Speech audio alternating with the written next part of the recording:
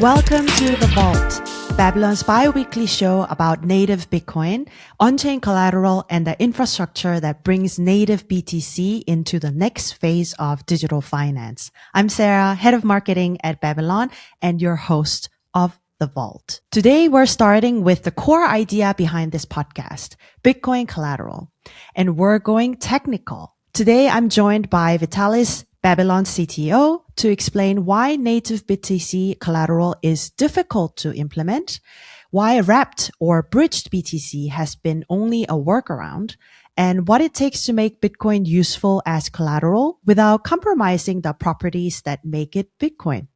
Welcome, Vitalis. Hi, Sarah. Glad to be the first guest of this new project. Thank you so much. All right, we're going to get right into it. First question for you. People have been borrowing against Bitcoin for years, in fact. Why is native Bitcoin collateral still such a difficult technical problem? Well, borrowing is happening today. It was never the hard part. The hard part is actually using native Bitcoin without the Bitcoin leaving your custody as collateral. Because Bitcoin itself can't easily see what happens on other chains. So when you think about collateral, essentially you need to have some enforcement on it. For example, the lender needs to know that if the loan is not repaid or it defaults, they can get the collateral. While the borrower needs to know that if they repay the loan, then they are going to get their collateral back. And to do anything with native Bitcoin, you have to use Bitcoin's scripting language, which is deliberately minimal. So you have two choices. And the first choice is build directly on Bitcoin. But it's quite hard to build a native a lending protocol on top of Bitcoin because the language itself is minimal.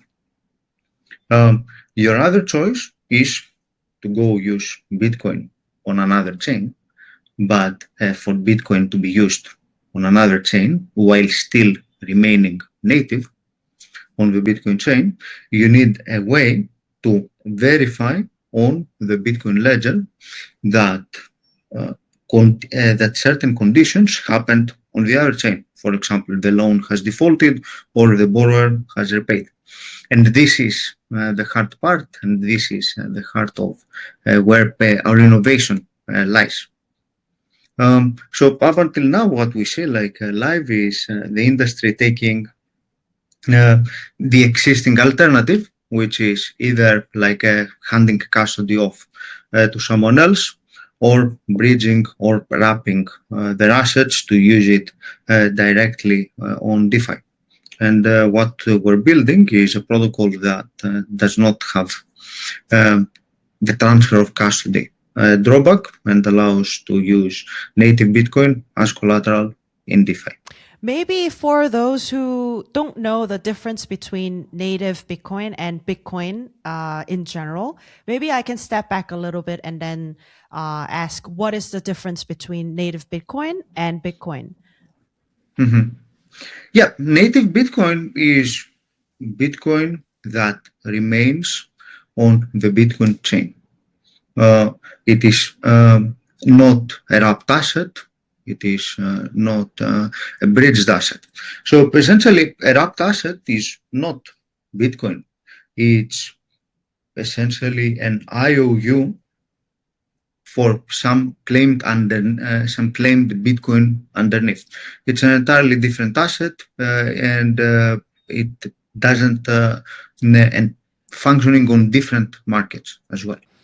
Then if people have been, we know that people have been borrowing against Bitcoin, then how is the usual process of borrowing against Bitcoin? So today I see there are two paths to use your Bitcoin for borrowing.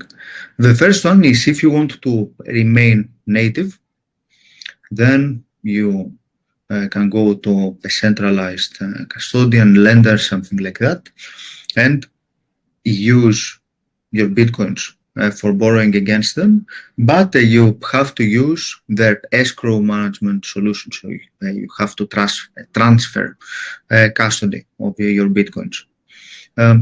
The other way is if you want to access DeFi directly, you either wrap or bridge your Bitcoin so that you can use them on a chain that has DeFi protocols, for example, Ethereum. And we're talking about difficulty in using native Bitcoin as a collateral. From an engineering perspective, what is the difference between the wrapped and bridged tokens make as a compromise? A way to think about it is that wrapping or bridging essentially swaps native Bitcoins security for someone else's, for the ones you give the custody of your Bitcoin to. Because the wrapped or bridged asset is essentially an IOU. It's a different asset. And when you do this, I'd say you have the following trade-offs. First of all, you transfer custody. Secondly, your bitcoins might be pooled with someone else's. You get a completely new asset that has a different market, and you also in security there's this term called the weakest link security, which means that when you have like things stacking on top of each other, your security depends on the weakest link between those.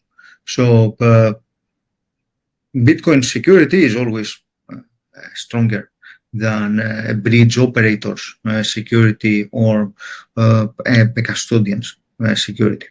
So your security is reduced. Let's dive a little bit deeper into this weaker link in terms of users' perspective. What kind of risk are they taking by using these assets? Well, the risk is that you are effectively, let's say, let's take a bridge for an example. In a bridge, you are effectively trusting the bridge's operator set. So in that case, we have seen countless examples of this going wrong in the past. In a custodian use case, you're trusting the custodian's balance sheet. And again, like we have seen in the past, a few custodian collapses. So, you also mentioned that Bitcoin network's security is the most secure, let's say, compared to bridges or custodian. Can you explain a little bit? Indulge us. Yep. So Bitcoin is the most secure blockchain network out there. It is secured by immense mining power, and the mechanism has stood the test of time. It's live for 17 years, and actually, like it is one of the most stable networks out there, and the hash power committed to it continues increasing. And is it something to do with decentralization or peer-to-peer ecosystem that Bitcoin represents? At least that is what I immediately think about when it comes to Bitcoin network or Bitcoin, going back to the white paper. How does that apply to the security of the Bitcoin network and the asset as a Bitcoin?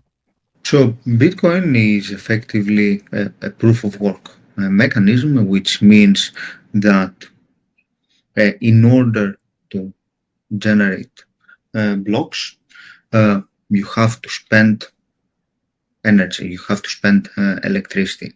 And the idea is that the more people come together to, the idea is that the majority of the energy power committed to the network, if the majority is honest, then they are going to produce more blocks than the dishonest minority in the longer term. So proof of work is more like of a probabilistic protocol.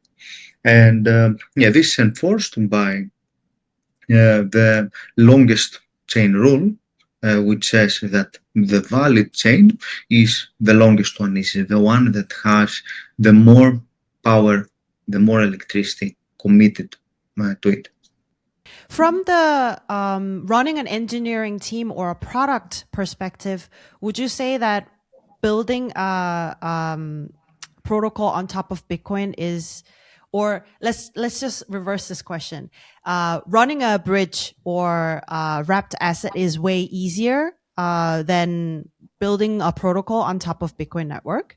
Is difficult to define. Each comes with its unique set of challenges.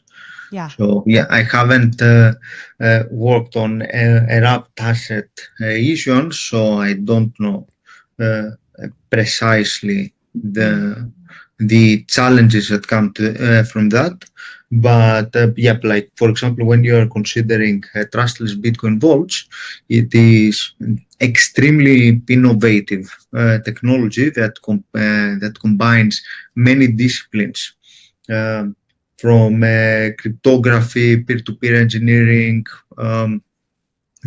smart contract technology, zero-knowledge proofs, and so on, in order to create something completely new that hasn't been done before, like native Bitcoin collateral on Ethereum. Please share background story. I heard it from our team members, but you've gotten the ideation. You've participated in this ideation, this phase of our TBV, and you heard how this innovation can take place in terms of research, and then you were tasked to make it happen, make it true in an engineering team. So walk us through how was the memory at that time, and what was your response to this innovation when you first time heard about it? So like maybe I can step back a bit farther than that. So if you take a look at the project's history, since the beginning, what we have been doing is based on a single belief that for Bitcoin to work, it should remain native and not leave its holder's custody. So when we started out, we built and successfully launched the Bitcoin staking protocol, which is the world's largest native Bitcoin protocol with about more than 50,000 Bitcoins staked as of this moment. And after we launched this about last year, we got back into research because we know that Bitcoin holders want more use cases beyond just staking. And our research led to last August to release the Trustless Bitcoin Vaults white paper, which essentially showed that you can have native Bitcoin collateral trustlessly on Ethereum to build a wide range of applications. And as soon as the white paper was published, we actually all flew together into the same place, many members of our team, and we immediately started working on an MVP. And after a few months of work, we succeeded in having an MVP that we actually launched in an internal network, and we also ran experiments on mainnet with it. But at that moment, it was clear to us that there's a roadblock. So you see, at that moment, we were building on top of BTVM3, which is essentially a protocol of the BTVM family, and at the time the most advanced out there that essentially allowed for the verification of zero knowledge proofs on Bitcoin, with the cost being mainly off-chain. But the off-chain cost was quite high for our use case to be practical. So yeah, we had hit some sort of a wall like in scalability and practicality. And yeah, our research team at the time had a new breakthrough, which was the BABE protocol, which effectively improved upon the off-chain deficiencies of BTVM about 1,000 times. So this was a 3 orders of magnitude, like a significant improvement. And of course, we immediately started adopting that. So yeah, what happened next was that we essentially had to redo a lot of the work because we had to change the core engine of the entire protocol, but it was worth it. And this brings us where we are right now with our testnet, with our public testnet launched about 1 month ago. Yeah. Please tell me more about what was the parameters that you chose when it comes to MVP. And you mentioned that the core idea was still to provide wide range of options of using native Bitcoin to the holders without letting them sacrifice their custody. So yeah, tell me about what are the main things that you wanted to achieve in the MVP and how different it is in terms of what we have right now in the testnet. So the MVP was actually a first iteration of what we want to achieve right now and what we're working on with the testnet. Native Bitcoin being used as collateral for borrowing on Ethereum. So to take a step back, you can think of Trustless Bitcoin Vaults as a protocol that, as a general protocol for using Bitcoin as collateral on a different chain. And yeah, and we decided that our first use case is going to be Bitcoin-backed borrowing on Ethereum. So why did we make this choice? Was because there are other options. For example, if you take a look at the white paper, we're talking about a Bitcoin-backed stablecoin. We're talking about an options DEX. There are many ideas that you can do with Bitcoin-backed collateral. But we chose borrowing because, first of all, the market is a proven market and it's quite big. And secondly, we find that the market is kind of broken in a way. So if you take a look at the market, it's about $30 billion of Bitcoin-backed borrowing is about a $30 billion market. Some of it comes from industry reports, which are from Q1 2026, so it might be outdated. And some of this number comes from on-chain DeFi using wrapped Bitcoin assets. And yeah, the idea is that the market is already huge, but it also has like a lot of growth potential next to Bitcoin's 1.3 trillion of capitalization. And the second reason we chose this is that the market is broken because right now, as we talked in the beginning, Bitcoin holder that wants to borrow faces the following choice. Either they use native Bitcoin, but they go to a custodian, probably get worse rates than DeFi, and also transfer custody, or they wrap or bridge their asset and go to DeFi and access market rates, but again, like they have to wrap or bridge. And yeah, Trustless Bitcoin Vaults as a protocol solves this dilemma by design. It allows native Bitcoin to self-custodially be used on-chain to access DeFi. So yeah, that's the background around our choice. on Bitcoin-backed borrowing. Please also define protocol.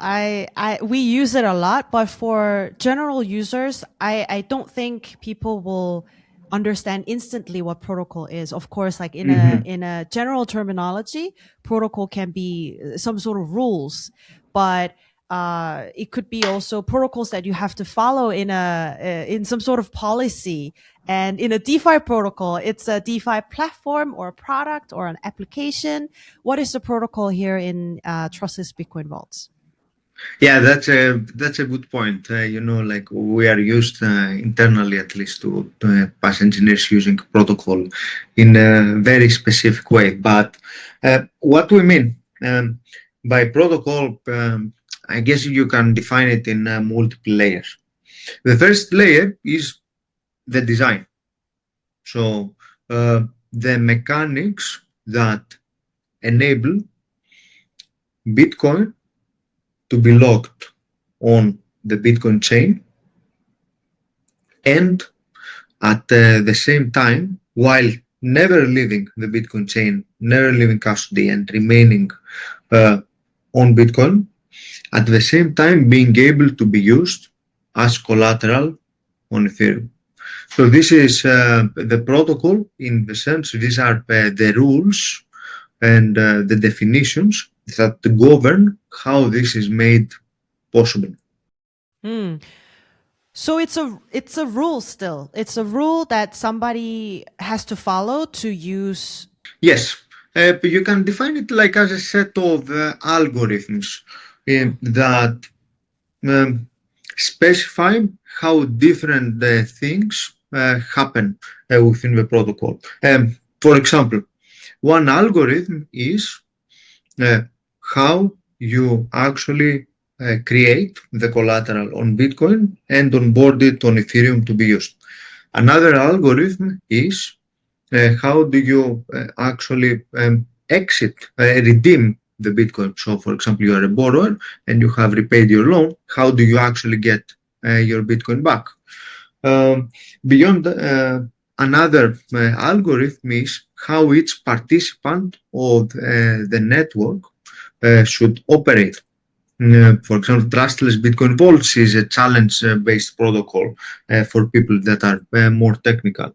So, what you should be monitoring for, and what you should be challenging, and so on. Yeah, it's a whole standard of frameworks that different participants work together to essentially make native Bitcoin work as a collateral. Yes. Yes, it's the specification of how people should be operating. And where does the Babe comes in this protocol?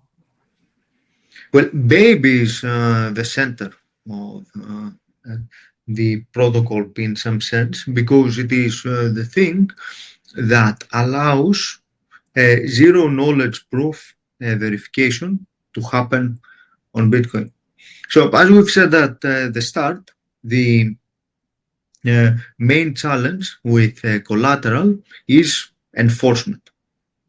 So, if you think of a trustless Bitcoin vault, what it is, at the end of the day, it is a construct that lives on the Bitcoin chain that encodes certain pre-approved cryptographic conditions for the Bitcoins to be released. For example, if I'm a borrower and repay the loan, then I can get the funds out. That's a pre-approved cryptographic condition. Or if I'm a lender and the loan defaults, then I can get the Bitcoins out. That's another pre-approved cryptographic condition. But the challenge is, how do you actually prove something that happened on Ethereum and verify it on Bitcoin? And that's where Babe comes in. It allows to efficiently and practically verify zero knowledge proofs of scenarios that happened on different chains. And yeah, this essentially enables the whole challenge-based procedure that is at the core of the Trustless Bitcoin Vaults product. Maybe you can share me how this challenge process works, or zero knowledge proof comes in which part of the borrowing process or posting collateral process. Yes, sure. So let's look at the procedure for setting up a Bitcoin vault.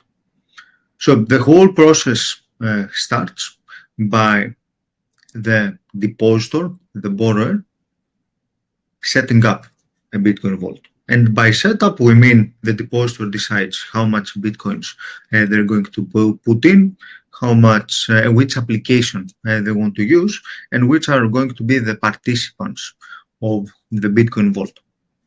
And the participants are essentially an infrastructure operator that the depositor might nominate, representatives of the protocol itself, and representatives of the integrated application, for example, the lenders. So once the vault is set up, all of the participants of the Bitcoin vault come together to verify it. And what is the verification procedure?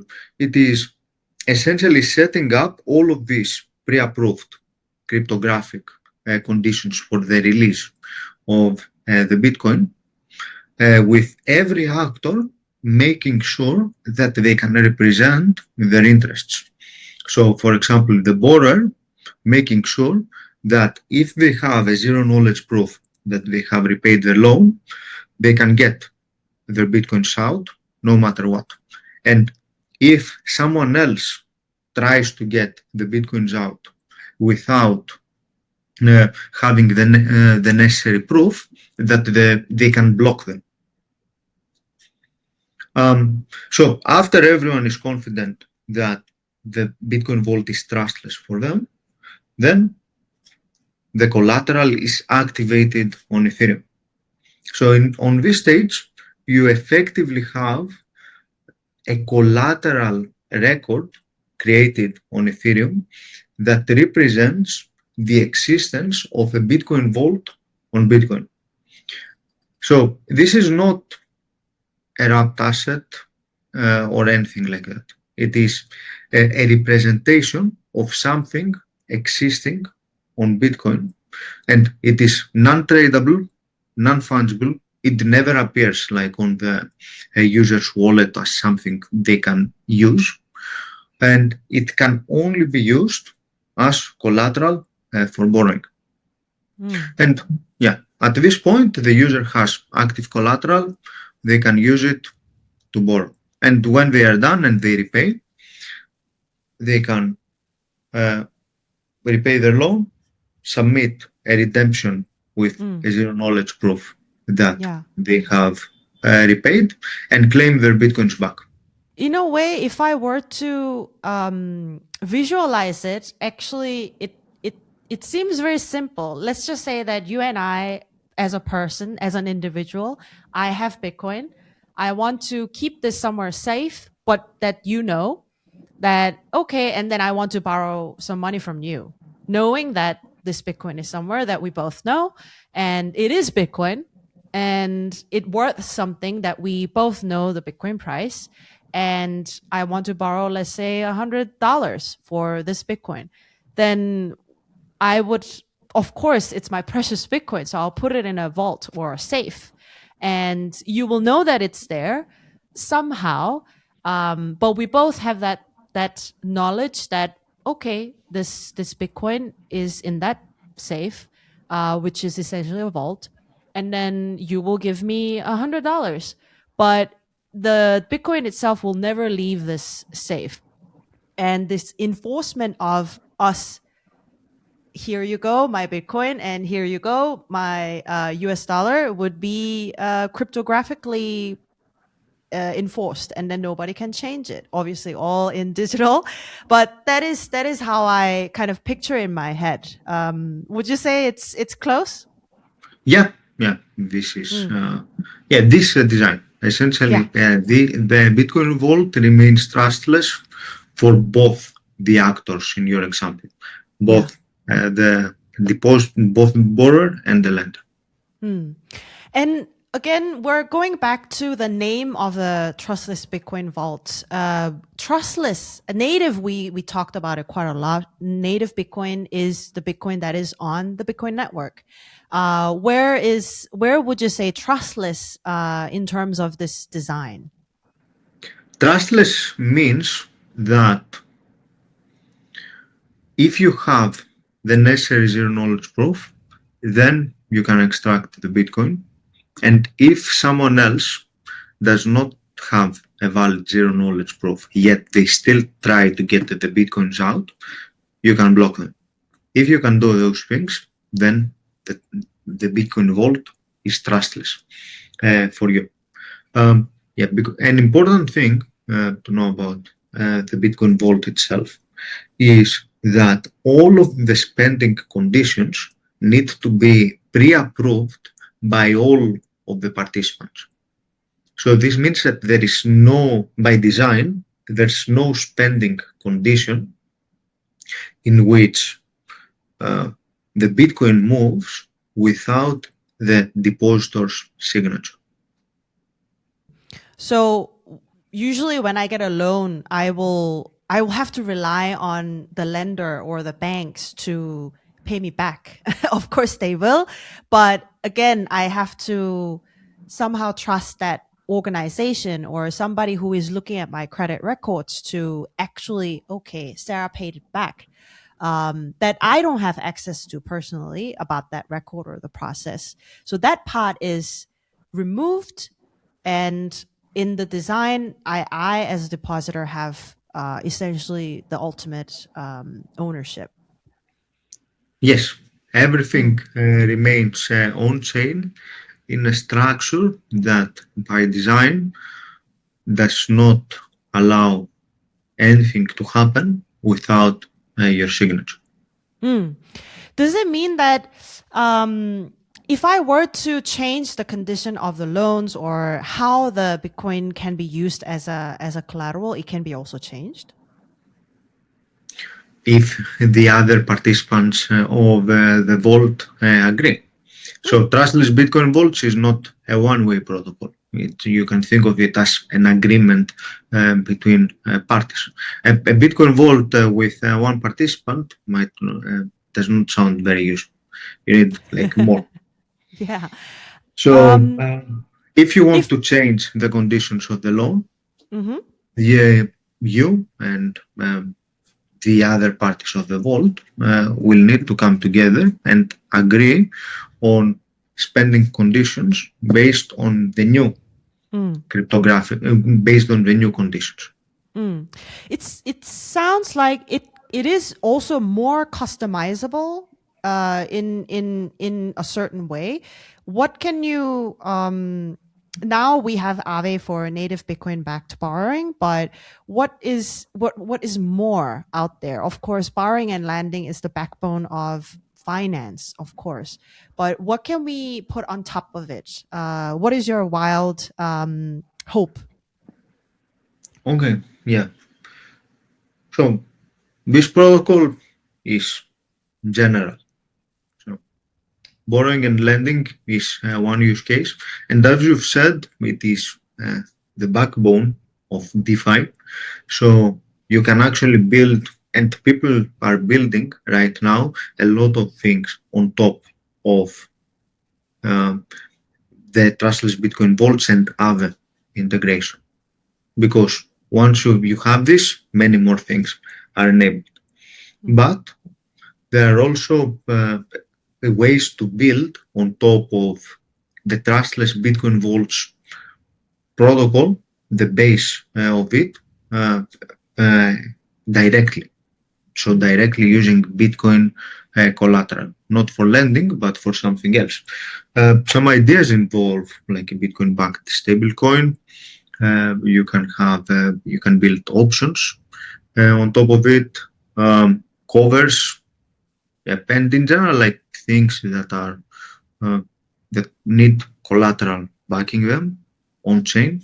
You can use Bitcoin for that. And we have talked quite a long time today, but before we wrap up, I want to ask our last question. Where is TBV today, and how can people try it? What can people do with it? So right now we are on our public testnet. We've launched it more than a month ago, actually. This testnet is accessible through our web app, so we can put a link on where we publish this. And yeah, in this web app, people can uh, use test bitcoins to borrow test assets from a test deployment of Aave. So this effectively allows to test and see the procedure end to end, like onboarding Bitcoin collateral, using it to borrow, repaying your loans, and eventually redeeming your Bitcoin. Currently, we are making refinements that we publish on the testnet in a cycle. And yeah, other ways to play around on the testnet are you can integrate directly with the smart contracts, or you can do a platform integration to test things out. And yeah. Yeah. Awesome.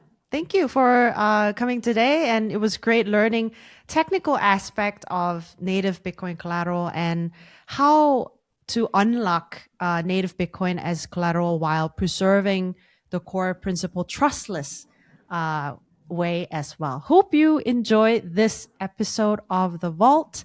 And you can try the first use case of TBV, native Bitcoin backed borrowing on Aave on our testnet. The link is in the description below. Like and subscribe, and see you next time.